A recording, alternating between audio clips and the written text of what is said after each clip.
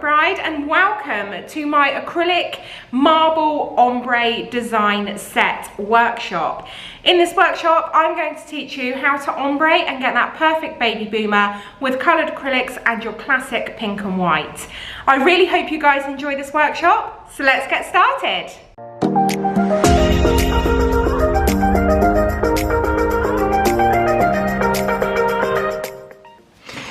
Hi everyone and welcome to my ombre, boomer and design acrylic workshop. So I've already got my acrylics, so I've got a range of coloured acrylics and glitter acrylics and also my standard pink and white. So the first thing I'm going to show you is how to create a classic baby boomer.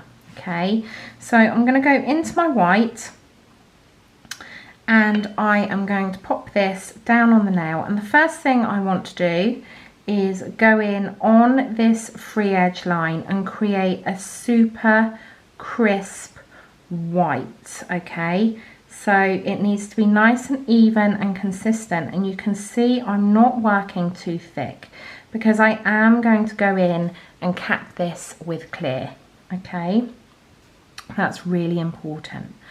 So I'm now going to come in and pop my second bead down. Now what a lot of mistakes that people make with a boomer is they stop too short. Okay, so you want to bring this down pretty much halfway down the nail. Okay, so I'm just bringing this out, tapering it out, and you need to also make sure that the surface of that white is nice and even. We don't want any lumps, bumps, divots, nooks or crannies in there, because when we come to put our pink on, it will show. Okay, so I'm working with quite a wet bead now. I'm feathering that up into that white, and now I'm going to start to taper it down. So I'm not feathering just yet. I'm using the belly of my brush to push this down and create almost like a ramp. Okay, and then I'm just going to pat this out and make sure, going from side to side, that it's nice and consistent. So now what I'm going to do, I'm just going to feather this out, soften this line, and that's as much as we want to do with our white. So you can see here we've got that ever such slight ramp going on here. Okay, I'm now going to go in with my cover pink. So this is more of a peach colour, and I'm going to start at my cuticle line. So if we were doing this on a client and extending out their nail bed, I've just got a fluffy in there, I need to get rid of that, and we were extending out their nail bed, I would have tipped or sculpted out in a really fine layer of clear to begin with. Okay, just to give us that strength and structure under there.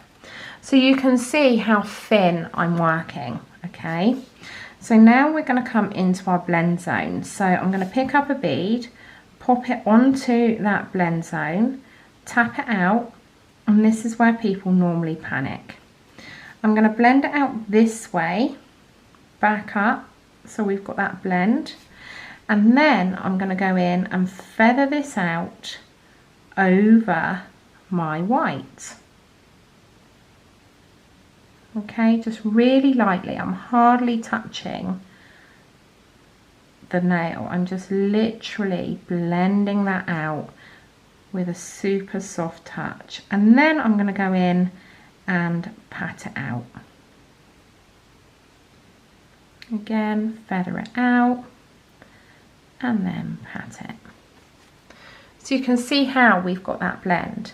Now what I'm going to do, I'm going to get a really wet tiny bead, pop it on that blend zone, tap it one side, tap it the other, and blend that out again. Feather it back if I need to. And then if you've got any little inconsistencies like here, I'm just going to blend that out. I know a lot of nail techs shy away from a boomer, but to be honest, it's because sometimes we can be a little bit too heavy-handed, and it really is all about the lightest of touches. You can see I'm hardly touching this nail. So once you're happy and you've got any inconsistencies on there sorted, I'm just going to blend that out ever so slightly. I'm going to leave that to cure, okay? Because what we don't want, I'm just going in with this white just to white up my white again. What we don't want is to then go in and file. So the next mistake people make is they think they're done. You have to cap this, because if we went in with our file, you're going to remove that blend that we've created. So I'm going to pop that to one side, and then we are going to do a blend with colour. So I'm going to go in with a beautiful neon pink, and we're going to do this in exactly the same way as we have our white. So bring this down, get that consistency of colour on the end, and then feather it out.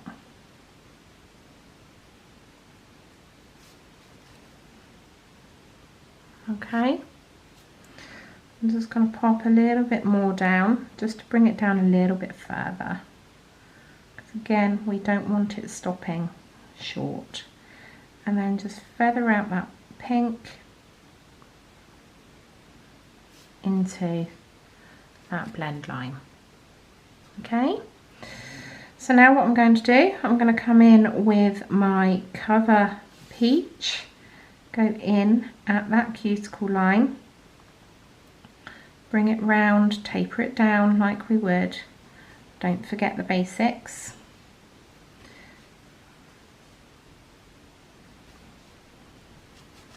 Okay, and then we've got this blend zone here.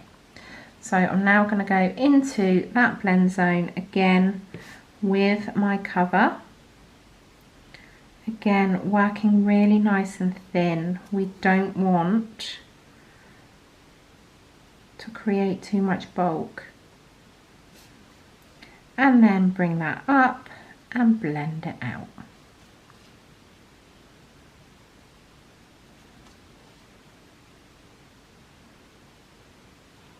Like so. Then I'm going to tap to create that consistency and blend out again. And then if we need to, especially with such a bright colour, if you have those inconsistencies on that blend zone, just go in with a nice wet bead and blend it out. So feather it one way and then feather it the other.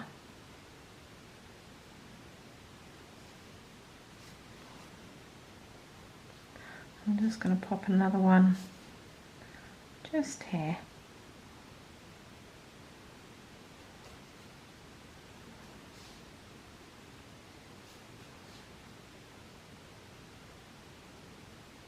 Like so. Okay, so again I'm going to pop that to one side just to set up, and now what we're going to do is to create a marble ombre. So I'm going to go in with my pink and an orange, and then I have also got a glitter green. Okay, I'm going to marble those down and up, right the way to my free edge, like so. And then tap that out, and then I want to create that blend zone. So I'm just tapping that out with the belly of my brush. And then I'm going to go back in, pink, orange, green, and then again bring that up and create my marble. Okay, I'm just going to go in with a little bit more pink. I want to pink this up a little bit.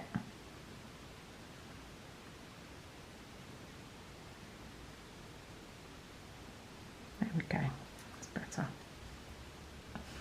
So now what I want to do is to blend that out. Because we've worked nice and wet, I'm going to tap it and blend it out. Okay, and then again we're going to go in with our cover pink or peach. So I'm going to go in at that cuticle line, feather that out, again working really nice and thin, and then we're going to go into that blend line, tap that out and feather it up and then feather it back. Okay, so I'm going to pop that to one side now and then we're going to go in and cap with our clear. So it's really important to cap with your clear, because like I say, the last thing you want to do is start to be removing that beautiful blend that you've created. Okay, that's quite a big mistake that a lot of people make when they come to doing ombres, is they start to file, remove the blend, and then it just doesn't look right. So I'm going to go in with my clear, and this is where we start to put the structure of the nail in. So I'm working from the cuticle line, coming up, feathering that out, popping in our apex.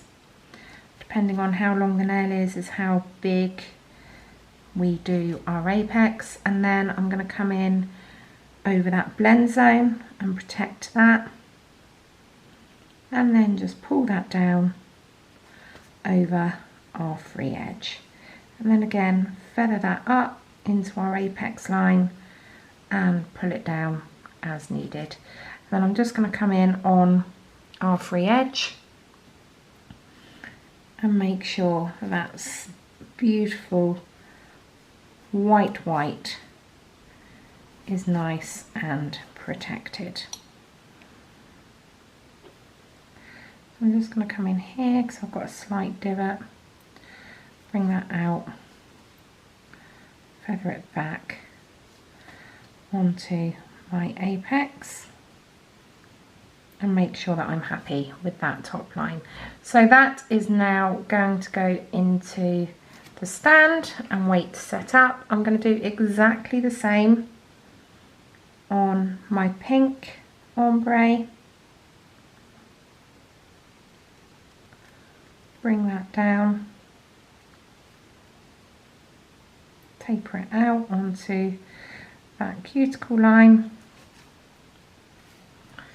and then come in, do my free edge, bring that up and feather it back.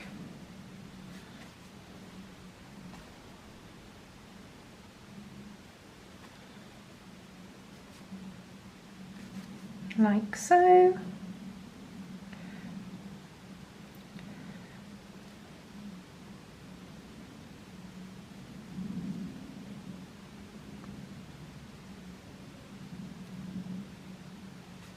And then I'm going to pop that on the stand, wait for that one to set up, and then do exactly the same on our marbled ombre. So in with my clear on that cuticle line, feather it down,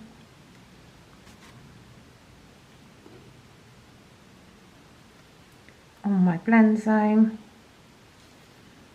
feather it back and feather it down, and then on my free edge line as well. So bringing that up, feathering it out, and making sure that we're protecting that beautiful colour that we've just put in there. If there's any nooks, crannies or divots, I've got one here, you can see by the line of light. Just go in and pop that structure in there. Okay, so I'm just going to pop that to one side. I'm going to allow these to set up, and then once they're set up, we'll go in and file them in. So these have now set up, and I've already filed both of these in, but I'm going to show you how to file in on this one. So I'm just going to take my tip off of the stand. Now I have got a separate video on how to do a consistent filing routine. Now I know acrylic placement and bead placement and control and everything else and prep is really important. But don't overlook your filing routine, because your filing routine is what will help to give you consistency across your entire set, okay? Whether it be short nails, long nails, an extreme length. If you've got an even and consistent filing routine that is the same for every single nail, you will create consistency throughout your entire design set. Okay, so don't overlook your filing routine. Don't trust and depend on your e-file. Make sure that you know how to hand file in your designs and your sets, okay? Especially with acrylic and with gel enhancements. It's so important to create that consistency, and consistency is key throughout your career as a nail technician. I remember my educator years ago said you're only as good as your last set. So you need to make sure that your last set is the best you've ever done. So I'm just gonna now do my own filing routine across my free edge, and we don't want to file in too much because obviously we've capped in clear, but we're not removing that clear. We want to keep it there because that's what's put our structure in, okay? So I'm just gonna scooch over this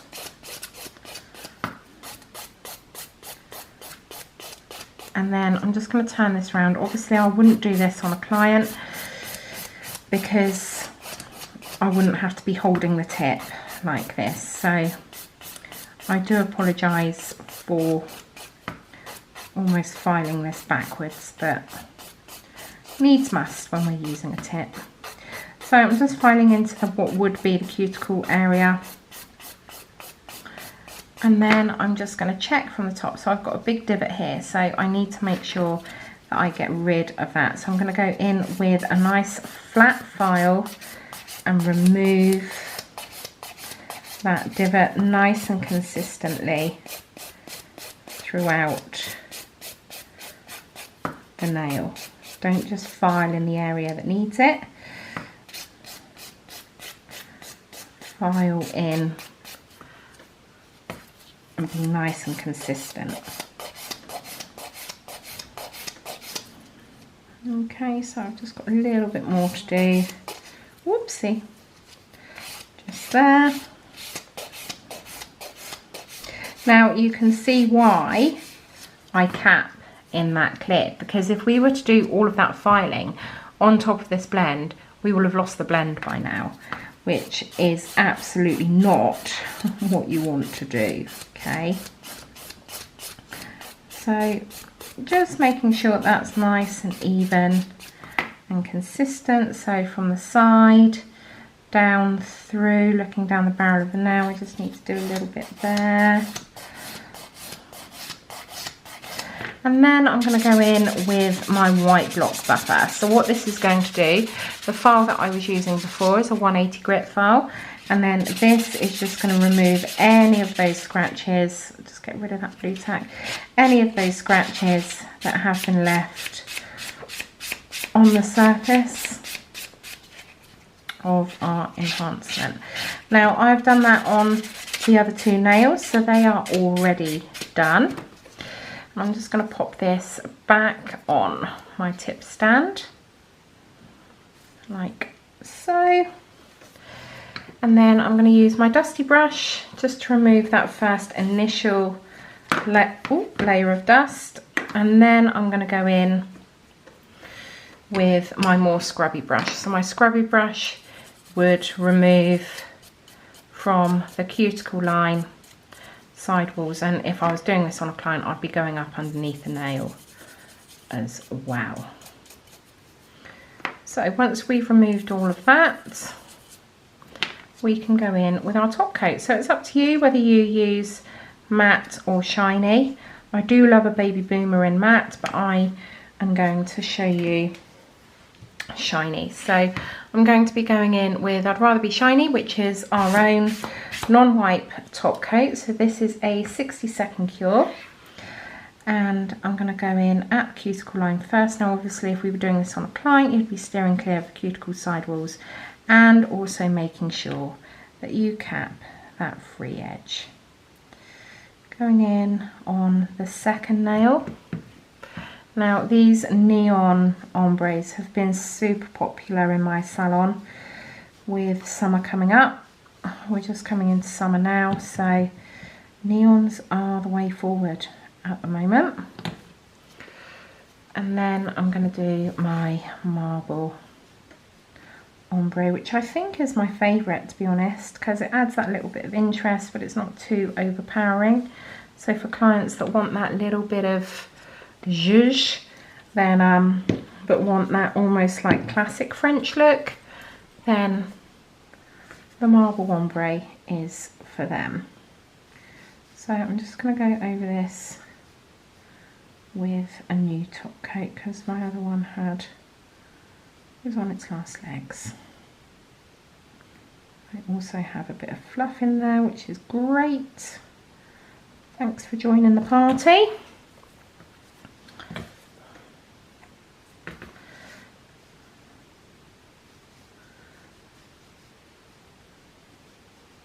And then once you've top coated, you would go into the lamp for a 60-second cure, and that is your ombres done. Super simple, really easy, lovely line of light on all of them. Now the thing is as well, if you wanted to do this in colours, so say I wanted to do this middle one with the pink and the orange, the theory is exactly the same, okay? So when a client asks for a Baby Boomer, it's just pink and white, faded. When they ask for an ombre, it's colour faded. When they ask for a marble, it's marbled in together, but then it's a ombre marble because you've got that colour fade. And you know, you didn't have to use this colour pink, you could have used any colour. So the theory is exactly the same. And there you have it, how to do a Baby Boomer and an ombre really, really simply. No more shying away. Get your brushes out and get started. I really hope you guys enjoyed this workshop, and if you did, please make sure you click the subscribe button, and if you want to see any future workshops, just click them down below. Thank you as always so much for watching, and I'll see you all soon.